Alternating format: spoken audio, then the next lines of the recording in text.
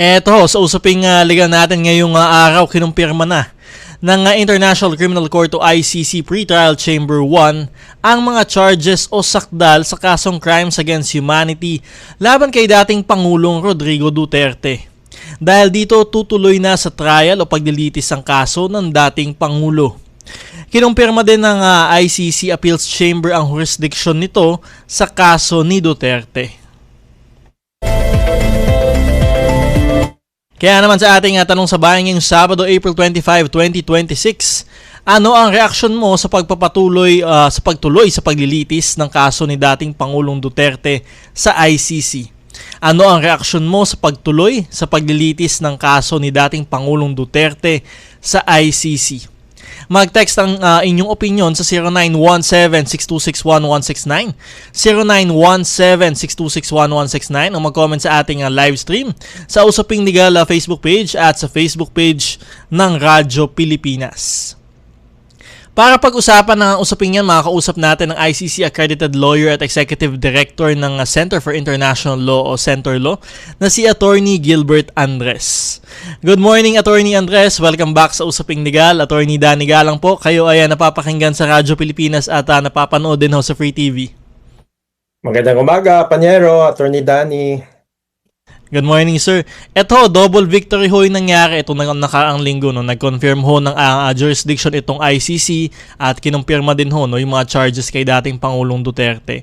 So, unahin ho natin doon sa jurisdiction ho ng ICC. I understand, hindi pa ho naglabas ng ganitong klaseng desisyon itong ICC, no? So, sa madaling sabi ho, paano ho nakumpirma yung jurisdiction despite na tayo ho ay nag-withdraw na ho dito sa Rome Statute? Una muna, Attorney Danny, bilang common legal representative of the victims, talaga pong nagsiselebrate po, nagpapasalamat sa Diyos yung mga biktima po dahil sa double victory na to. Yun nga ang sinabi mo, yung unang victory ay yung pag-affirm at confirm, no, ng appeals chamber sa jurisdiction. Actually, simplihan lang po natin kasi ang Rome Statute po isa po siyang treaty, tratado po siya. So ibig sabihin, mayroon po yung object at purpose, may layunin po siya. Ano pong kanyang layunin? Una po, para po wakasan po, i-end po ang mga impunity ng mga perpetrators ng international crimes. At ikalawa po, ay para po i-prevent, pigilan po itong mga karumal-dumal na mga krimen pong ito. Dahil po dyan, sabi ng Appeals Chamber, ang isang bansa, kagaya ng Pilipinas, ay hindi lang po basta-basta makakaiwas sa mga obligasyon nito sa Rome Statute sa pamamagitan ng pag-withdraw kung ayaw po nito ang investigasyon, ang examination ng prosecutor. Kaya sa madaling sabi, Attorney Danny, no, bawal po ang iwas pusoy. Alright, sir, and we noticed din appeals chamber na ho ito. So ibig sabihin wala na hong any recourse remedy itong kampo ni dating Pangulong Duterte dito sa jurisdiction, no? Wala na po, pinal na po ito dahil appeals chamber, ito na po yung kataas-taasang chamber po ng ICC. Kung sa atin may MR, wala na po sa appeals chamber. Alright, sir. Ito naman ho, kinonfirm din ho yung charges, no, laban kay dating Pangulong Duterte doon sa 3 counts ho, no, nung siya ay mayor pa, doon sa high value targets nung siya ay presidente, at doon ho sa Oplang na Tokhang. So sa tingin niyo ho ba talagang itong sinasabi ng ICC sa pagkumpirma nitong tatlong ho na ito, talagang ang lakas ho ba talaga ng ebidensya para mag-proceed ho dito sa trial? Opo, kasi ibig po sabihin, ang ebidensya po ay sapat na upang i-fulfill yung tinatawag na substantial grounds to believe na si Mr. Duterte nga ang gumawa, nag-commit ng mga acts charged. At ano ba yung mga counts charged? 3 po yun. So 3 po, lahat po ng counts charged ay kinumpirma po ng pre-trial chamber. Yung una po ay yung crimes against humanity for murder na mga patayan na nangyari nung mayor pa po siya sa Davao City from 2013 hanggang 2016. Yung second count naman po na na-confirm po ay yung mga crimes against humanity of murder, mga patayan po na nangyari laban sa mga so-called high-value targets, nung Pangulo po siya from 2016 to 2019. At yung third count po na nakumpirma ay yung mga crimes against humanity of murder At kasama na rin diyan frustrated murder, ano, mga patayan na nangyari po nung pangulo po siya against sa mga barangay clearance operations or Oplan Tokhang from 2016 hanggang 2019. Ito sir, sabi ni Attorney Kaufman no, nung isang araw, maghahain daw sila ng apela. So paano ho anong magiging impact ho nito dito sa magiging trial ho sa dating pangulo? Well, wala po siyang dapat na impact, ano? Kasi una po, hindi po automatic yung tinatawag na suspensive effect. Oo, kung meron man pong apila, hindi po kaagad-agad na nagpapatigil. Oo, kailangan may separate application. Ikalawa, Attorney Danny, gusto ko i-emphasize, hindi po automatic ang appeal, ano, na pwedeng dumiretso kaagad sa appeals chamber. Kasi ito po ay with leave of court. Ibig sabihin, kailangan po muna humingi ng bus sa pre-trial chamber 1. At it can go both ways. Pwedeng i-grant, pwede pong i-deny. Kaya hindi po automatic ang appeal sa pagkakataong pong ito. And maganda rin ho na nalinaw ninyo na may leave of court, no, may basbas kailangan ng pre-trial chamber 1. So, Attorney Andres, no, can you walk us through ano ho yung mangyayari sa trial? Ano ho yung i-expect ho natin? At gaano ho ito magiging katagal ho, no, bago maglabas ho ng desisyon itong ICC? So, mangyayari po sa trial, 3 pong mga kabanata. Ang unang kabanata ay magpipresenta po ng ebidensya, ng mga testigo at ng ibang ebidensya ang prosecutor po. At kung tapos na po pag-present ng prosecutor, magpe-present naman po ang biktima, mga biktima through us, mga common legal representative of the victims. Para po ipakita po ano po yung mga dagok, mga suffered harms po sa mga biktima dahil sa Duterte War on Drugs. At ikatlo po ay magpepresenta naman yung defense para po sa kanilang depensa. At ngunit, Attorney Danny, bago po mangyari pong lahat ng ito, actually marami pang mga mini steps, Oo, kailangan po muna ang presidency ay magtatalaga po ng pre-trial, ng trial chamber.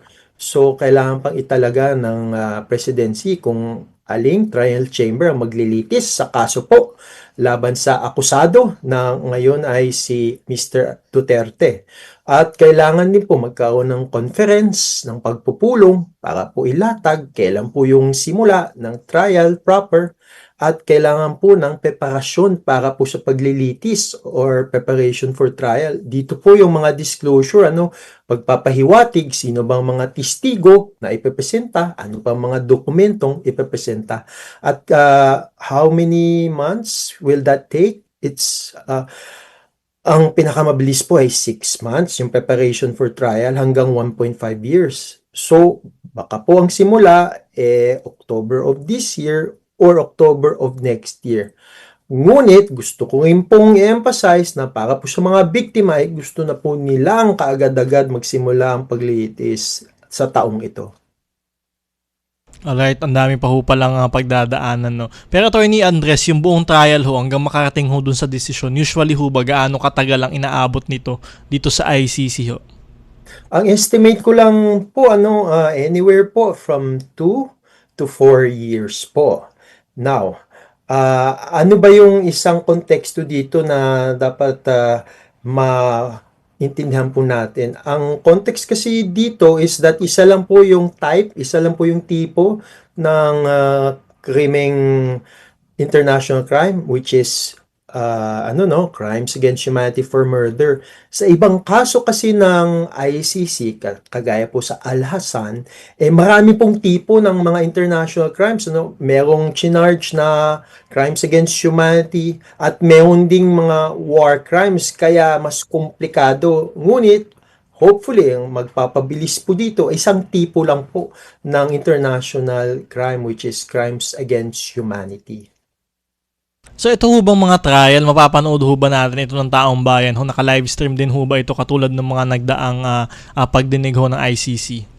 Opo, tama po yan. Naka-webstream po siya, ngunit mayroon lang pong 30-minute delay for security reasons. Kaya mapapanood po ito sa YouTube, mapapanood po ito sa Facebook page, at sa website po ng ICC. Mahalaga po yung 30-minute delay na yon kasi remember, magpapresenta na po talaga ng mga testigo, live na mga testigo. Hindi lang po babasahin ang kanilang mga statements po at baka may mga masiselang datos, may mga security risk, kaya kung kailangan po, i-close session po yan or i-redact po ang kanilang mga sinasabi. Kaya po may 30-minute delay po. Ngayon ho, kapag napatunayan hong guilty, no, kung ganun nga ba ho yung term dito, guilty ho si Pangulong Duterte dito sa crimes against humanity ho na ito, ano ho yung magiging parusa ho sa kanya at kabilang din ho ba dito yung pagbabayad ho ng danyos doon sa mga biktima ho ng war on drugs?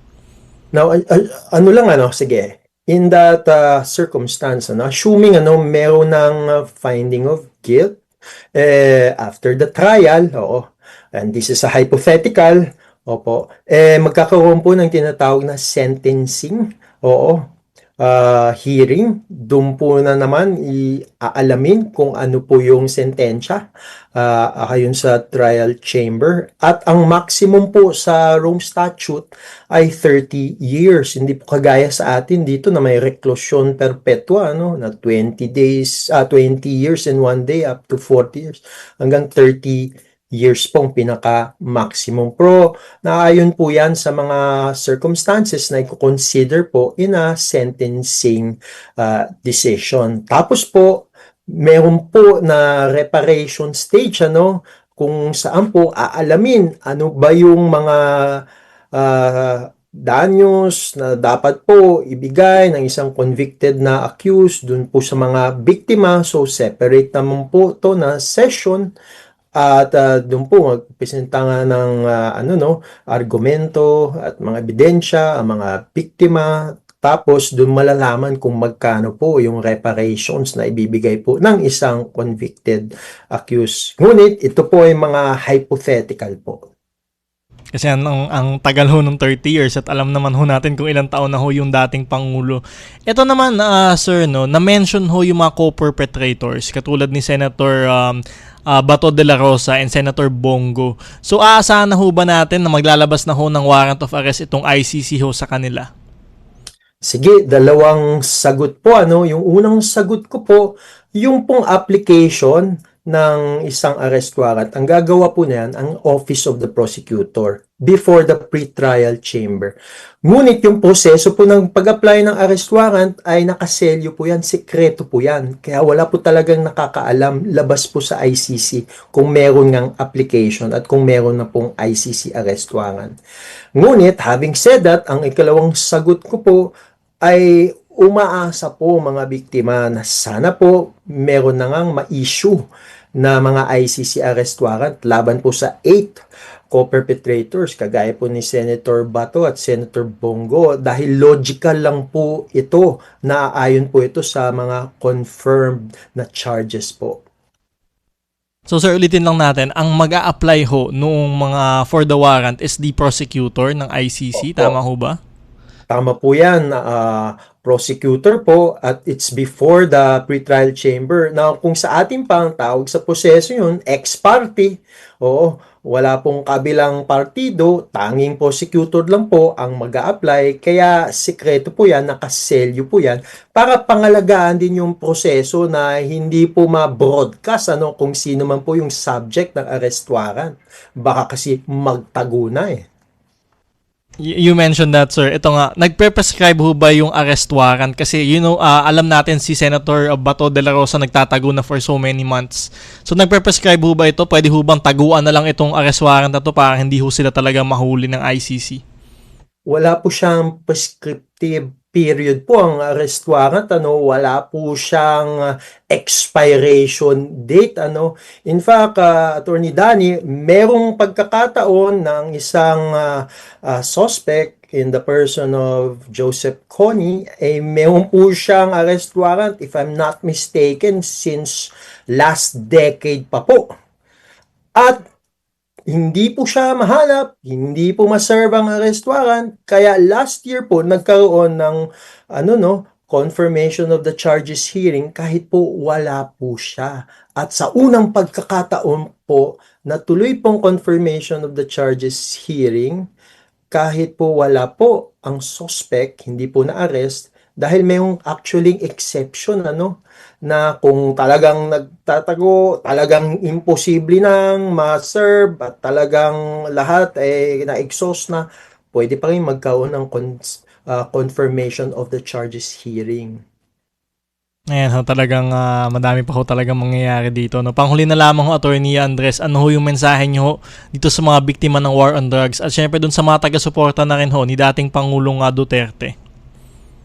Ang unang mensahe ko po sa mga biktima po ng Duterte War on Drugs, kung kayo po ay hindi pa po nakaka-apply para po sa victim participation, meron pong pagkakataon. Dahil nga ito ay tutuloy na po sa trial, sa paglilitis, bubuksan po ng ICC registry yung proseso ng pag-apply po ninyo para maging victim participants. Kaya antabayanan po natin yan.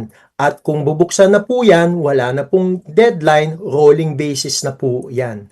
Ikalawa po, sa ating mga kababayan, kay anuman po ang kulay ng politika, mahalaga po, samahan na po natin ang mga biktima sa kanilang tinatahak na daan tungo sa katotohanan at ustisya, kasi proteksyon naman po ito para sa ating lahat dahil ang karapatang pantao ay para po sa lahat sa atin. Alright, malinaw ho yan. Maraming salamat ho sa inyong oras, Attorney Gilbert Andres. Maraming salamat, Attorney Danny, at mabuhay tayo!